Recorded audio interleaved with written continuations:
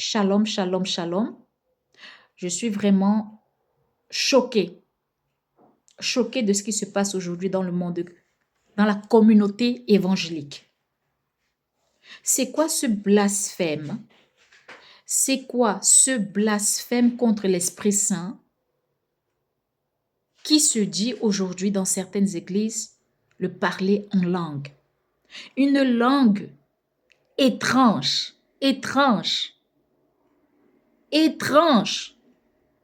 que même la personne qui utilise et qui s'exprime dans cette langue-là n'entend pas. S'il vous plaît, ne tombez pas dans ce piège. Notre Père, le Dieu Tout-Puissant, le Seigneur Jésus-Christ, il est saint. L'Esprit Saint, c'est-à-dire un Esprit Saint, tranquille, ouvert, qui a le discernement clair et n'est pas étrange. Lisons les Saintes Écritures sur l'origine de la Pentecôte. Lis avec moi le livre Actes des Apôtres, le chapitre 2. On va lire ensemble. Verset 1. Le jour de la Pentecôte, ils étaient tous ensemble dans le même lieu. Tout à coup, il vint du ciel un bruit comme celui d'un vent impétueux. Et il remplit toute la maison où ils étaient assis. Des langues semblables à des langues de feu leur apparurent, séparées les unes des autres, et ils se posèrent sur chacun d'eux, et ils furent tous remplis du Saint-Esprit, et se mirent à parler en d'autres langues. La Bible ici nous explique ces d'autres langues avec S, d'accord? D'autres langues. Il n'y avait pas un seul disciple, c'est un ensemble de personnes, un groupe, les disciples du Seigneur Jésus. Et ils se mirent à parler en d'autres langues selon que l'Esprit leur donnait de s'exprimer. Verset 5. Or, il y avait en séjour à Jérusalem des Juifs, hommes pieux, c'est au pluriel, de toutes les nations qui sont sous le ciel. On ne doit pas oublier que ces Juifs qui étaient à Jérusalem, c'étaient les descendants de tous les Juifs qui étaient en captivité. Et pendant leur séjour en captivité, ces Juifs qui étaient en captivité, ils ont eu des enfants. Et les enfants commençaient à parler la langue de leurs colonisateurs. Toutefois, ils n'avaient pas oublié leur origine.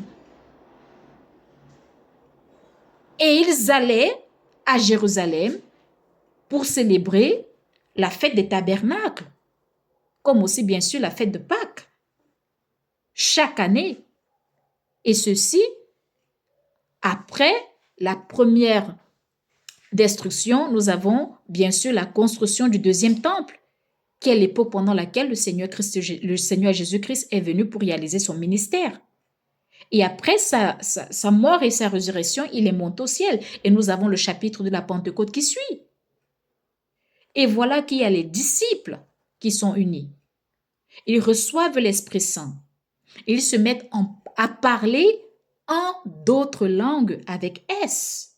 Et la Bible nous dit clairement qu'à Jérusalem, il y avait des Juifs, des hommes pieux venus de toutes les nations qui étaient à Jérusalem pendant le mois de Yom Kippour. Ok?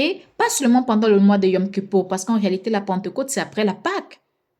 C'était la fête, on va dire, c'était pendant la période de la fête des prémices. Mais de temps en temps, ils venaient à Jérusalem pour les fêtes religieuses. Continuons. Et ils furent tous remplis du Saint-Esprit et se mirent à parler en d'autres langues, selon que l'Esprit leur donnait de s'exprimer. Or, il y avait en séjour à Jérusalem des Juifs, hommes pieux de toutes les nations qui sont sous le ciel. Au bruit qui eut lieu, la multitude accourut et elle fut confondue parce que chacun, la Bible dit, parce que chacun les entendait parler dans sa propre langue. Je demande, dans ces églises qui parlent la langue étrange que je ne connais pas et que la personne qui parle cette langue n'entend pas, qu'est-ce que ça a à voir avec les Saintes Écritures? La Bible nous dit ici que chacun les entendait parler dans sa propre langue. Ce que moi je comprends, c'est que quand le disciple s'exprimait, dans une langue, celui qui l'écoutait parler dans sa langue, ou soit il comprenait le message. Il comprenait ce que le disciple disait, parce que le disciple était en train de s'exprimer dans sa langue, la langue de celui qui écoutait le disciple. C'est ce que dit les Saintes Écritures. Alléluia. Ils disent ici, au bruit qui eut lieu, la multitude accourut et elle fut confondue parce que chacun les entendait parler dans sa propre langue. Ils étaient tous dans l'étonnement et la surprise et ils se disaient les uns aux autres, voici ces gens qui parlent. Ne sont-ils pas tous des hommes galiléens ou des Galiléens? Parce que bien sûr, il y avait aussi des femmes. Ceux qui les écoutaient étaient surpris. Mais ces gens-ci, ne sont-ils pas de la Galilée? Ne sont-ils pas des Galiléens? Et comment les entendons-nous dans notre propre langue, à chacun, dans notre langue maternelle? Donc, c'est-à-dire les disciples qui savaient seulement parler la langue hébraïque ou l'araméen, ils ont reçu le don de langue et ce don de langue, c'était le don de pouvoir s'exprimer dans la langue des autres. Pourquoi? Parce que ceux qui les écoutaient les disciples s'exprimer dans leur propre langue. C'est ce que disent les Saintes Écritures. Ce n'était pas une langue qui était étrangère et ni étrange à leur écoute. Continuons. Disent ici les Saintes Écritures. Ils étaient tous dans l'étonnement et la surprise et ils se disaient les uns aux autres, voici ces gens qui parlent, ne sont-ils pas tous galiléens? Et comment les entendons-nous dans notre propre langue à chacun, dans notre langue maternelle? Parthes, Mèdes, Élamites, ceux qui habitent la Mésopotamie, la Judée, la Cappadoce, le Pont, l'Asie, la Phrygie, la Pamphylie, l'Égypte, le territoire de la Libye, voisine de Cyrène, et ceux qui sont venus de Rome, juifs et prosélytes, soit même les personnes qui n'étaient pas de descendance génétique d'Abraham, mais qui avaient accepté la religion de Juda, le judaïsme, qui étaient convertis, eux-mêmes, ils arrivaient donc à comprendre dans leur propre langue. Crétois et Arabes, comment les entendons-nous parler dans nos langues des merveilles de Dieu? Ils étaient tous dans l'étonnement et ne sachant que penser, ils se disaient les uns aux autres, que veut dire ceci?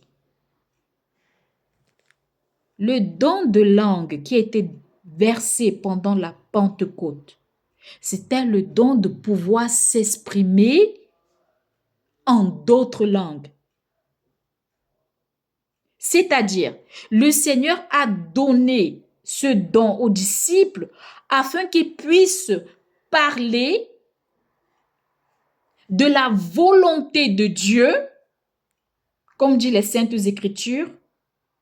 Comment est-ce que les entendons-nous parler dans nos langues des merveilles de Dieu? Donc le don de langue, c'est le don de pouvoir s'exprimer en d'autres langues, dans les langues des autres nations. Pourquoi? Parce que le souci du Seigneur, c'est que l'évangile puisse arriver dans d'autres nations. Et la langue que les disciples utilisaient, c'était la langue qui pouvait être entendue par ceux qui les écoutaient. Ce n'était pas une langue étrange. C'est la raison pour laquelle je demande, mais qu'est-ce qui se passe aujourd'hui dans la communauté évangélique? J'ai rencontré je peux dire sœur en Christ, qui était préoccupée. Pourquoi? Parce qu'elle fréquente une église où elle dit le dimanche parfois qu'elle va dans cette église. les personnes commencent à parler dans une langue étrange. Et que parfois, pour ne pas être discriminée, elle-même a commencé à parler pour qu'on ne puisse pas dire « Ah, toi, tu n'as pas l'Esprit Saint, c'est pour ça que tu ne parles pas en langue. » Elle trouvait cela étrange parce que, voilà, pour être dans la foule, pour ne pas être discriminée. Mais au fond d'elle, elle me disait « C'est bizarre. » Effectivement, c'est bizarre. C'est l'Esprit Saint qui dit « Mais je te demande, qu'est-ce qui se passe ?» On ne doit pas oublier que l'Esprit Saint, il est saint, il est clair, il est noble. Et le Seigneur ne peut pas permettre qu'il y ait la confusion. Il est inadmissible que dans un endroit où des personnes sont rassemblées pour écouter les merveilles de Dieu, que quelqu'un puisse monter à la chair ou commence à s'exprimer dans une langue qui sera étrangère ou étrange pour ceux qui les écoutent. Il n'y a pas de communication. C'est quelle sorcellerie dire que ça c'est la langue des anges ou la langue de l'Esprit Saint. La Bible nous dit ici, le don de langue, c'est pour qu'ils puissent entendre parler des merveilles de Dieu. Comment est-ce que tu vas parler dans une langue que ceux à qui tu es en train de diriger la parole de Dieu ne vont pas comprendre? C'est la raison pour laquelle même l'apôtre Paul dit, s'il n'y a pas d'interprète, ferme ta bouche. Qu'il n'y ait pas de confusion dans la maison de l'Éternel. Une autre personne vient me dire non, je prie parfois en langue parce que je ne veux pas que le diable écoute. Je dis mais je demandais, entre le serpent et Adam, qui a été créé avant l'autre? Je pose la question à nouveau, entre le serpent et Adam, qui a été créé avant l'autre? Entre le diable et Adam, qui a été créé avant l'autre? Et depuis qu'il existe jusqu'à présent, son nom c'est le diable. Et il a accompagné les générations depuis Adam. Il connaît toutes les langues. Et je me pose la question à savoir, quelle langue qu'il n'entend pas? S'il vous plaît, faites usage du discernement. Ayez l'Esprit Saint. L'Esprit Saint, comme son nom l'indique, saint. Clarté, pas de fausseté, pas de confusion. D'accord? Attention, la Bible est là pour nous donner le discernement.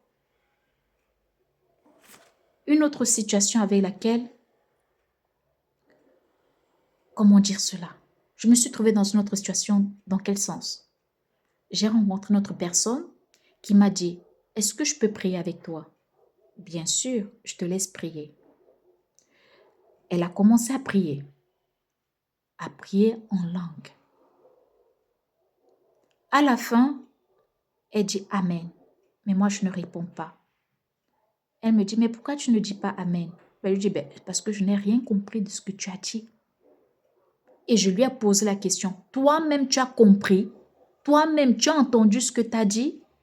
En toute honnêteté, elle m'a dit, en toute honnêteté, non. Mais je sens l'Esprit Saint. C'est pour ça que je demandais, qu'est-ce qui te fait dire que c'est ça l'Esprit Saint?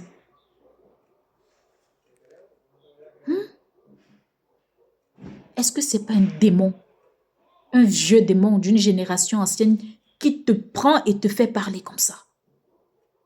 Depuis quand est-ce que l'Esprit Saint qui est saint va parler à une langue qui est étrange? Quand l'ange Gabriel a été envoyé à Marie, l'ange Gabriel a été envoyé à Marie. Il s'est exprimé dans une langue que Marie allait comprendre.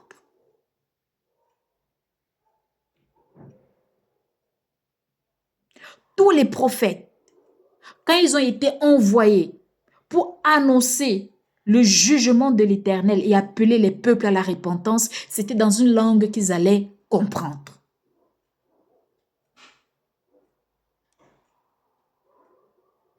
Et j'aimerais rappeler une chose. Dieu a parlé avec Satan. Souvenez-vous de l'histoire de Job. Satan s'est présenté devant Dieu et il parlait avec Dieu dans la langue que l'un et l'autre comprenaient. S'il vous plaît, ne soyez pas confus parce que notre Dieu n'est pas un Dieu de confusion. Faites très attention, comme je disais tout à l'heure. Ce monde, c'est une jungle. Si tu ne fais pas attention, il y a des prédateurs terribles qui sont prêts à tout faire pour contrôler ta mentalité et contrôler ton esprit pour que tu sois esclave même sans t'en rendre compte. Et en ce qui concerne la parole de Dieu, le Seigneur a dit, ça c'est la lampe, c'est la lumière pour que tu ne puisses pas tomber dans le piège de l'ennemi. L'histoire de parler en langue que les gens ne comprennent pas là et que même la propre personne qui s'exprime dit ne pas comprendre et que ça vient de l'Esprit Saint, c'est du mensonge et du blasphème contre l'Esprit Saint. Parce que selon la Bible, quand l'Esprit Saint est descendu le jour de la Pentecôte, ça a été enregistré et très précis que quand les disciples s'exprimaient, tous ceux qui écoutaient les disciples les entendaient parler dans leur propre langue des merveilles de Dieu. Alléluia. S'il vous plaît. Et ce qui est encore triste dans toutes ces situations, c'est que dans la majorité de ces églises, l'apostasie est terrible. Prospérité et on parle de grâce. Quelle grâce!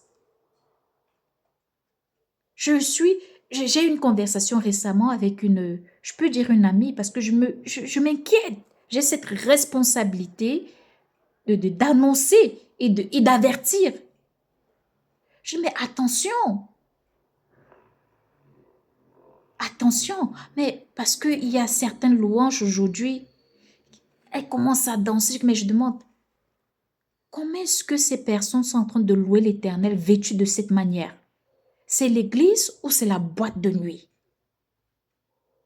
Est-ce qu'on utilise maintenant le terme église pour essayer de tolérer le péché parce que je ne vais pas en boîte de nuit, je suis dans l'église, maintenant je peux danser?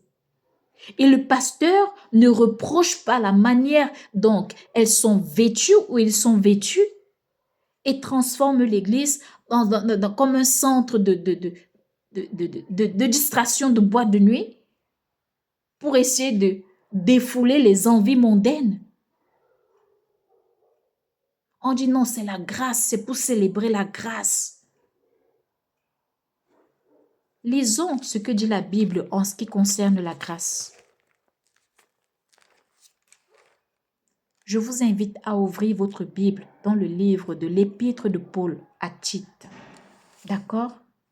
Tite, chapitre 2, du verset 11 à 13. Tite, d'accord? Je vais répéter. Tite, chapitre 2, le verset 11 à 13.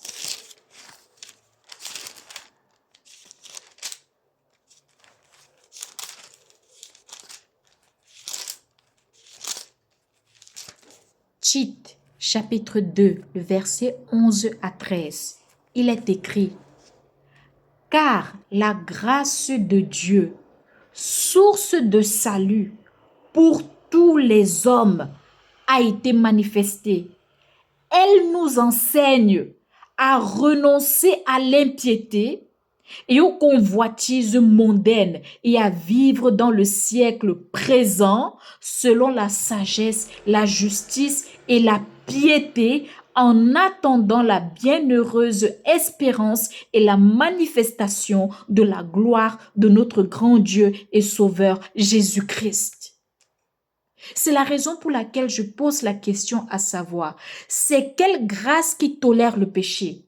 C'est quelle grâce qui est enseignée dans les églises que non, vous pouvez vivre comme vous voulez, vous pouvez être dans la fornication, vous pouvez vous habiller comme vous voulez parce que vous êtes sous la grâce. C'est quelle grâce ça? C'est pas la grâce que j'ai lue dans la Bible. Excusez-moi. Les Hétites, Tite chapitre 2, le verset 11 au verset 13. Que dit la grâce que nous a apportée le Seigneur Jésus-Christ? Je reprends ici avec la lecture. Car la grâce de Dieu, source de salut, soit cette grâce qui sauve, source de salut pour tous les hommes, a été manifestée. Elle nous enseigne à renoncer à l'impiété. La grâce nous enseigne à renoncer. Elle nous enseigne à renoncer à l'impiété et aux convoitises mondaines et à vivre dans le siècle présent selon la sagesse, la justice et la piété en attendant la bienheureuse espérance et la manifestation de la gloire de notre grand Dieu et Sauveur Jésus-Christ. Ça, c'est la grâce. La grâce que le Seigneur Jésus-Christ a apportée par son sang, ce n'est pas le permis de pécher. Au contraire, c'est pour que tu puisses te nettoyer et changer ton mode de vie. Sors de la fornication. Si tu vis avec une femme, ou toi, femme qui m'écoute, tu vis avec un homme, vous n'êtes pas marié, mariez-vous dans le Seigneur Jésus-Christ. La fornication, c'est un terme qui existe pour dénoncer un péché qui s'appelle vivre sans être marié selon les normes établies par Dieu ou commettre un acte sexuel illicite. Tu es dans l'adultère, cherche à te réconcilier et sors du péché. Change ta manière de te vêtir. Si tu as l'habitude d'acheter des vêtements sexy, comme le nom l'indique, sexy, c'est pour propager le péché sexuel. Sache que tu es un instrument du diable. Tu es un instrument du diable. D'autres vont me dire, non, non, non, le Seigneur lit seulement mon cœur. Je vais te dire une chose, oui, le Seigneur lit ton cœur. Et quand il te voit prendre l'argent, la sueur de ton front pour acheter des vêtements indécents, il est en train de voir c'est là où ton cœur est, dans l'indécence, dans le péché sexuel. Pourquoi? Parce que tu veux qu'on t'admire et qu'on te dise que tu es sexy, soit objet de propagation de désirs sexuels, Jézabel.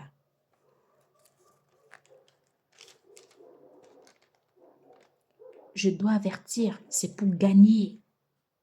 C'est pour qu'on puisse se sanctifier. Le Seigneur Jésus-Christ vient, il revient. Mais il avertit. Il a dit à son retour, beaucoup vont dire, Seigneur, Seigneur, n'avons-nous pas prêché en ton nom? N'avons-nous pas annoncé l'évangile à ton nom? N'avons-nous pas loué le nom de l'Éternel en ton nom? N'avons-nous pas dansé le nom du Seigneur Jésus-Christ? Il dira à beaucoup, éloignez-vous de moi, je ne vous connais pas, vous qui pratiquez l'iniquité. La pratique de l'iniquité sépare l'homme de l'Esprit Saint. Faites très attention, mes frères, mes sœurs bien-aimés dans le Seigneur Jésus-Christ. L'Éternel, il est saint. Comme dit le nom, Saint-Esprit. Esprit Saint, pas esprit de confusion. pas esprit d'indécence, pas esprit de péché, non. Saint-Esprit, s'il vous plaît. On va dire, ben Wanda, c'est l'extrémisme. Non, non, non, non, non, non. C'est pas l'extrémiste. Est-ce que c'était la blague quand le Seigneur Jésus-Christ est allé à la croix? Quand on l'a chicoté? C'était quoi? C'était l'extrémisme? Quand tous ceux qui étaient poursuivis par des démons ont versé leur rage sur lui. Les soldats qui avaient leur mauvaise haleine, remplis d'alcool, ont craché sur lui. On l'a chicoté. Et en plus, une autre chose. Attention, hein, les dessins animés ou les films de Jésus de Nazareth ne représentent même pas un tiers de la réalité de ce qui s'est passé. Aujourd'hui, une femme enceinte qui n'a pas où habiter ou qui vit dans la rue, s'il est enceinte aujourd'hui, on peut appeler les pompiers. Elle a au moins du secours. Mais à l'époque où Jésus est né là, Jésus est né, c'était dans une ferme. Allez dans une ferme aujourd'hui. Ça sent, ça pue. Ce n'était pas prévu le moment de sa naissance. Marie s'est trouvée dans une situation, il fallait que le bébé naisse. On dit l'aîné, où les animaux mangent, s'il vous plaît. S'il vous plaît. Et aujourd'hui, les gens croient que la bénédiction, c'est avoir de l'argent. Attention avec l'évangile de la prospérité. Le Seigneur a dit, bien sûr, il va prendre soin de nous, mais ce n'est pas le but. L'homme riche est allé en enfer et Lazare est allé au ciel.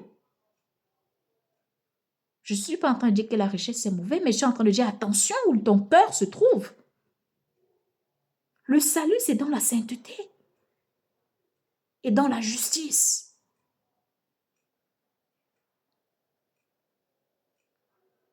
La grâce du Seigneur Jésus-Christ, la Bible dit, elle nous enseigne à nous séparer du péché, de la convoitise de ce monde et à vivre dans la piété, dans la justice, dans la sainteté, dans ce siècle présent, pendant que nous attendons le retour de notre Seigneur Jésus-Christ. Ce monde, c'est comme la jungle, et très dangereux encore dans le monde, entre parenthèses, la communauté évangélique. Si tu ne marches pas à la lumière des Saintes Écritures, commence aujourd'hui à prendre ta Bible. Inscris-toi dans cette chaîne.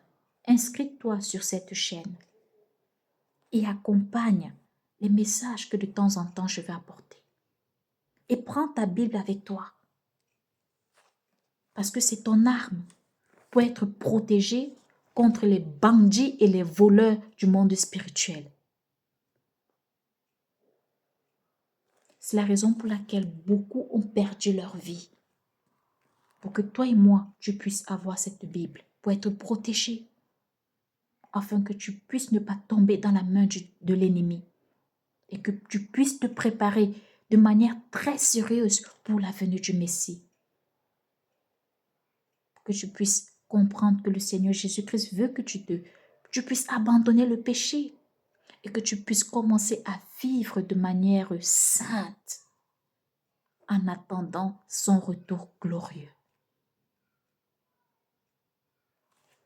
La langue que les disciples utilisaient pour s'exprimer, pour parler au peuple, à leur entourage, des merveilles de Dieu, c'était une langue que ceux qui écoutaient pouvaient entendre. La Bible dit, ceux qui écoutaient les disciples les entendaient dans leur langue.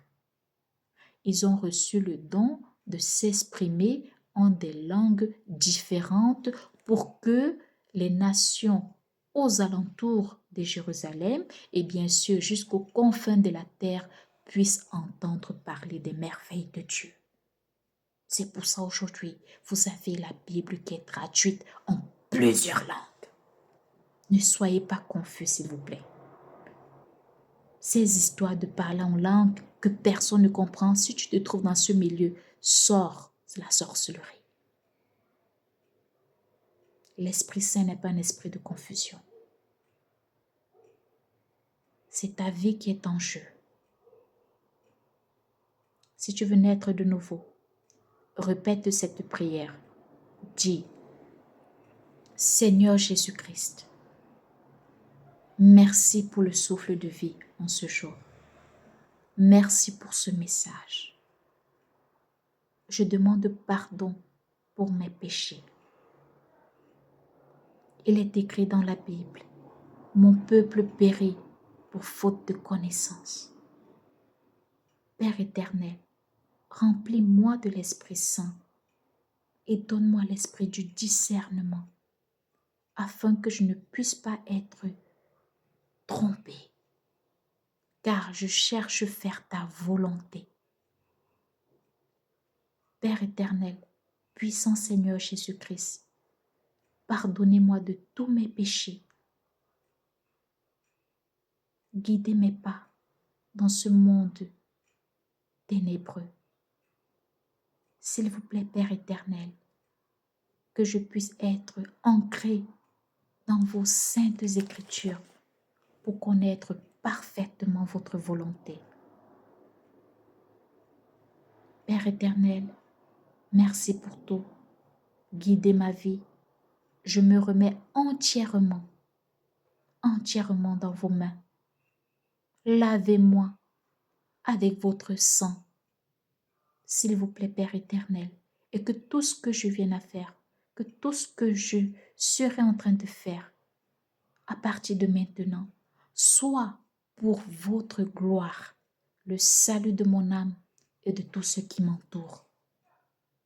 En votre nom puissant, Père, Seigneur Jésus-Christ, j'ai prié. Amen. Si tu as fait cette prière, que le Seigneur Jésus-Christ te bénisse. Sois sage. Sois sage. Le monde, c'est une jungle. Et principalement, le diable travaille pour arracher la vie de beaucoup de personnes qui se disent chrétiens. L'Esprit Saint est saint.